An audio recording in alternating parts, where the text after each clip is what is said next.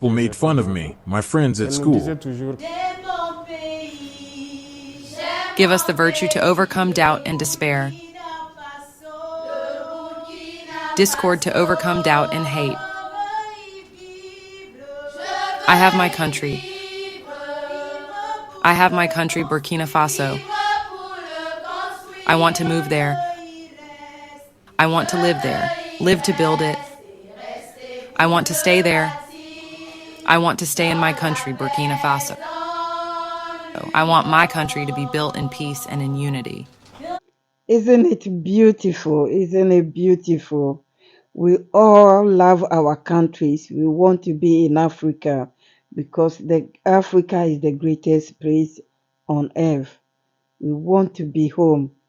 This song has touched my heart. They want to be in their homeland. They want peace. They want unity. And this president is what he's going to give to them. He has started great, and by the grace of God, he will end great. Look at how humble he is. Look at how humble he is. Thank God. Thank God that they have a president like him who can relate with them, who can teach them. They said a foundation of every house is very important because if the foundation is weak, that house, it doesn't matter how you build it, it will crumble down. Africans, we need to build a future of our young ones because they are the foundation of the future of Africa. I'm in the countryside and I'm showing you the beauty of the countryside of UK. Let me know if you like things like this because when it's holidays we travel, and when we are travel I can't sit and make video. I think it's a bit rude. So I thought let me be showing the countryside with you, and also react on this video, which is very, very important, which has touched my heart, and I know you will love it as well. Let's listen to what Ibrahim said to these kids. It's very important. It's touching. This is how the youth supposed to be. This is how we're supposed to educate our children, the children of the countries of Africa, the continent of Africa need to know, need to learn about the value of Africa. Brad Excellency, Mr. President of the Transition, how does it feel to be interviewed by child journalists? D'accord, bonjour à tous et merci d'être là. Okay, hello everyone, and thank you for being here. I must say that I am first of all, it is also the first time that I meet child journalists with unparalleled oratorical art. Congratulations to you. It gives me a lot of pleasure, and I think that it will be a moment of exchange between us and that you will be able to learn a lot of things, so at the end, as well as me also, I will learn a lot of things from you. Thank you, Mr. President. We too are happy to have these moments with you. Can you talk to us a little about your childhood and your professional career before being president of our country? Je suis né dans un village qu'on appelle Kera.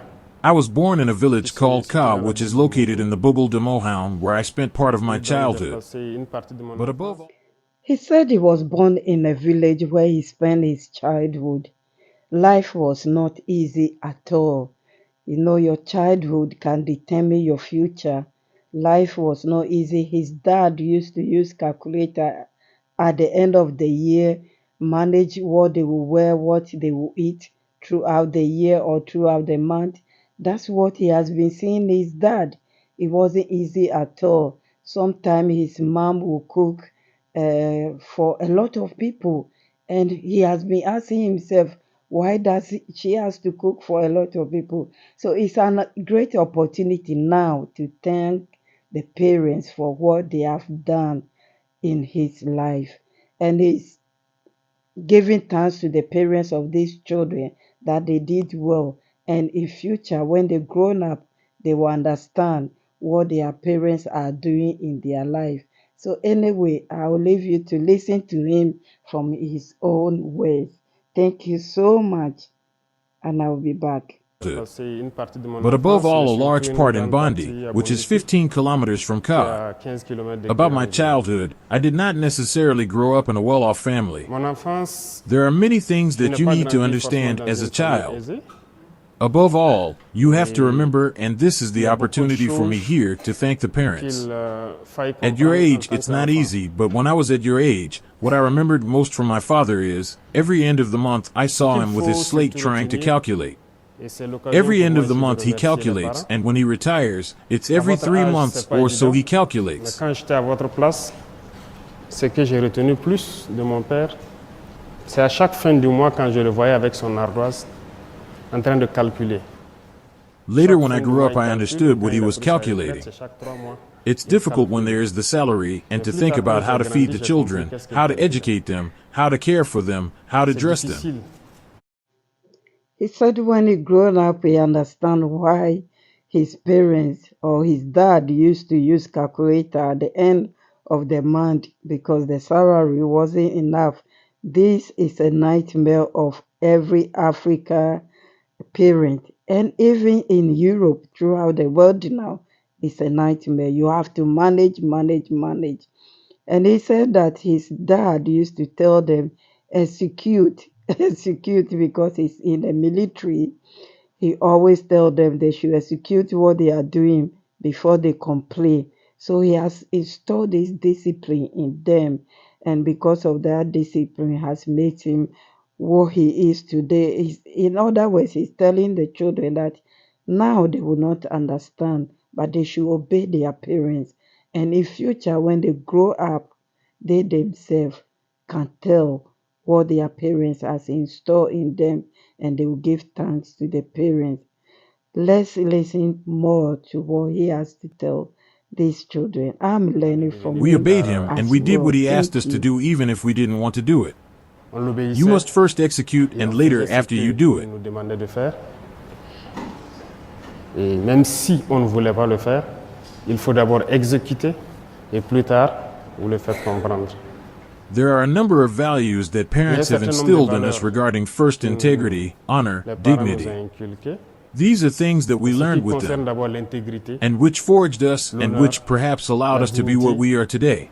Ce sont des choses qu'on a appris avec eux et As I said, my parents were not necessarily well off, but that didn't mean we had to go begging.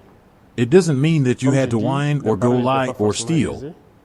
Such bad behavior was forbidden, strictly forbidden, so there are a certain number of values, despite therefore that you are not necessarily well off, but you must embody solidarity. For example, we were always taught.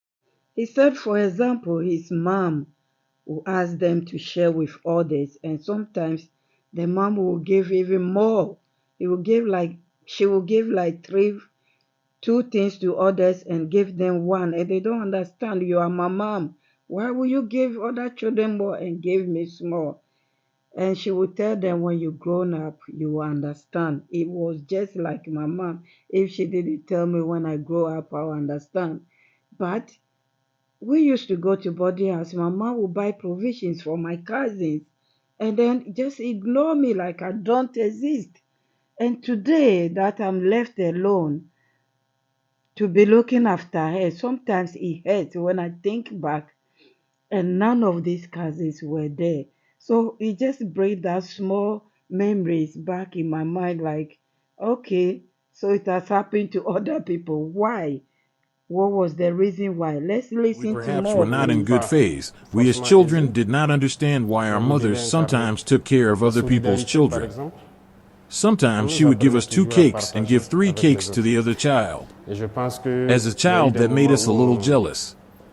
Why don't you give us the same thing? Why even take better care of other children than our own children? She always told us that you will understand when you grow up. Then you won't perhaps be next to us. Now as grown up we understand, and we learned to also share with others. That's what we were trained in. Donc, quand elle nous donnait 2 gâteaux, Peut-être qu'elle donnait 3 gâteaux à l'enfant de l'autre. I did a lot of household chores, which we might say are the tasks of girls. I helped my mom wash her plates at the place she used to sell donuts. I remember sometimes people made fun of me, my friends at school, but it was a way for me to support her because it's not easy to have her get up at. Wow. He used to help his mom to sell donuts. Do you know what I used to do? I used to pump petrol to support my mom petrol station.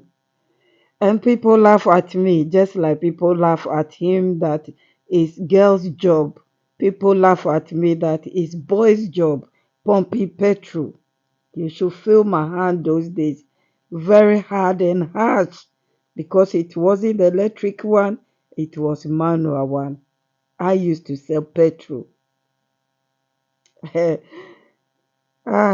Let's listen to more. Let's listen. They said what your childhood, I said it before, your childhood mold you for your future. So as if it's a child or if any child come across this video, remember what you are going through today will build your future. The suffering you are going through today, you think you are suffering. This is what will build your future. If you rebel against your parents and you run away, you have lost your life because you might not learn a lot of things. Unless otherwise it's too much to bear. I helped as much as I could, so that's a bit what made me. C'est que on dirait peut-être les tâches des filles. J'aidais ma maman à laver ses assiettes, à vendre ses beignets et tout. I found myself free at the age of 14. When I said free, I found myself all alone in the city of Bobo, free to do what I want. But we are not children by age. It is in the head, and from this moment I understood that you had to take your life seriously, because when I say free at 14, you are free to do what you want. You have the choice to be lazy, to no longer work, to no longer go to school, but also to continue pursuing, because since primary school, I will perhaps tell you that I was always first in class, but it's not for nothing. It's because my dad didn't have fun. He took all his time to teach us at home and on weekends. When he gives you a problem or operations or a dictation and you didn't succeed, you didn't eat breakfast. Did that bring any remembrance in your head? Do you remember how your parents used to treat you when you don't do your homework, or when your homework is done, or when you refuse to go to school? How this is Africa parents to you? Yes, but when your parents are doctors and teachers, the treatment is absolutely different. And I think that's what they went through. That makes him who he is today. That's what he said. Let's listen to him more. It's so interesting, very educative. Look at the people, the children, the way they are humble and listening to him. I wish every government, every leader will have time for the children, because what we teach them today is what will build their future and the future of the continent. Thank you for your time. Let's listen to more. There's more to come. Thank you. That's a bit of how it went, but it forged us, and it made us today the men that we are. We wish to be able to live up to it and pass it on to the children that you are. I think that each parent will have to give the best of themselves, and you too to be grateful and therefore to recognize the work that parents do for us.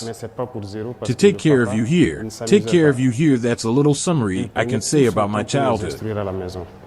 Et les week-ends, lorsque tu donnes un problème ou des opérations ou une dictée et que tu n'as pas réussi, tu ne manges pas le petit déjeuner. Tell us about your professional career. I must say that there is one thing today about the head of state, but I was how I'm going to say I did in primary school, secondary, university. Like everyone else, but the love of being a soldier has always lived in me. This girl is funny, very serious as well, very important question. His profession. He said that his mom doesn't want him to become a military because of his dad. So he keep asking his mom anytime there's chance to register to become an army officer, he will ask permission from his mom. Nowadays, children do not ask permissions, especially in Europe. They're 18, they are done. They can do whatever they want because that's the law. But gradually, later on, his mom has given him permission. And there you are. There he is now. I will leave it for you to listen from his own words. But if you have enjoyed this video up to this stage, if only you have taken something out of what he said that you can share with your fellow friends, children, please like the video. That's the only way a lot of people will be able to see it and also hear what a great man this man is. Because the way Africans celebrated Obama when he became to power, they don't celebrate this young man enough. And he's more than that. So he needed celebrating. We need to celebrate the great work he's doing. And we need to, preach more about him. And I will be doing that. Thank you so much. God bless you. If this is your first time, subscribe. Still at university, so I asked for it again. I begged her I want to be in the army. I was good in geology. I could do what I wanted. Here I had lots of scholarship possibilities because I wasn't last in class. But this time, after my master's degree, she gave me authorization and I took the Army Academy test. I went to do my training and that's it. I became an army officer. I was convinced that if she gave me her blessing, she told me to do it this time, so I was convinced I will be successful in the army.